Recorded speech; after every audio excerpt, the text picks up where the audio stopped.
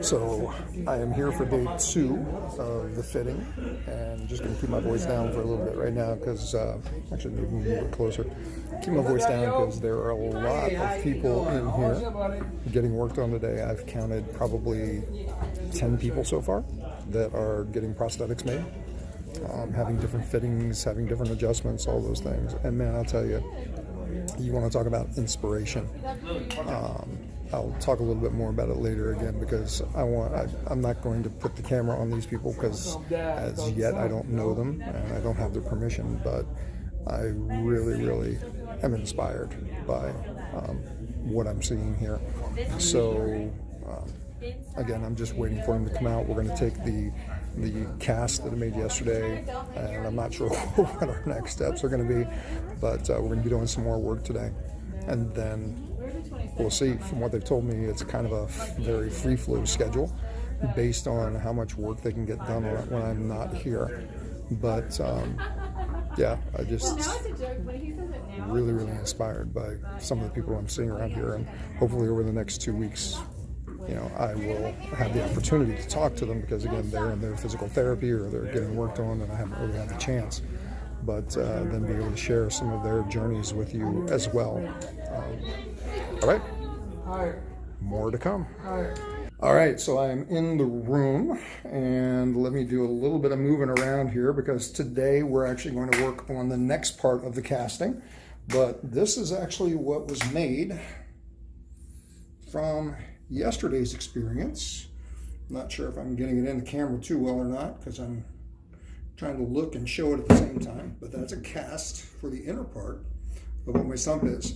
Today we're going to get all messy with all this stuff over here and do a plaster Paris cast more of that. So I believe that's going to be the outside that socket slips into.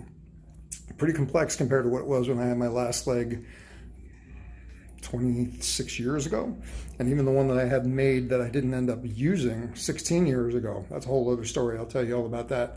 But I'm going to do my best to get more video today, but I've been told to dress in my worst clothes because we're going to get real messy. So I will continue this soon. I know, but I don't know. So here comes the fun part. Greg and Roberto are now going to like throw plaster stuff all over the inner socket. And Roberto, you did a really great job of explaining earlier about the inner socket versus the outer. So can you do that for the people who are watching the video?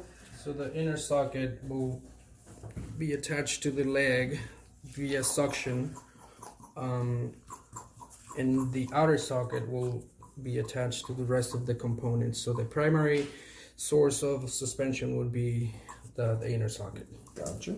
Thank you, sir. Okay, so now we're actually going to be making a plaster Paris cast for the outer socket that Roberto was talking about. And I'm not going to film the whole thing, but just to give you a little bit of where Greg told me to make sure I wore old throwaway clothes today because I'm going to get messy. It's going to get messy, yes.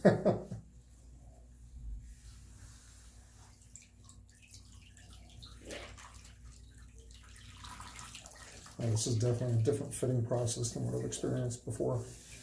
Yes, so this is kind of like a two-part casting. We casted first for the inner cup, and now we're casting, like you said, for the outer cup. Looks like that. Looks good. So I noticed one of the ladies out there today I was watching, and a lot of people were working with theirs. I know that, I forget the difference between the abductor and the adductor muscles, but you know, with not having worn a leg for 26 years, I know that the muscle naturally, even as I'm laying here, it pulls to the outside. To the outside, yes. So will we be building the socket so it naturally goes to the outside? Because they used to always work on forcing the muscle to come inward. Basically, we're going to accommodate to what you have, so we're not forcing you either way.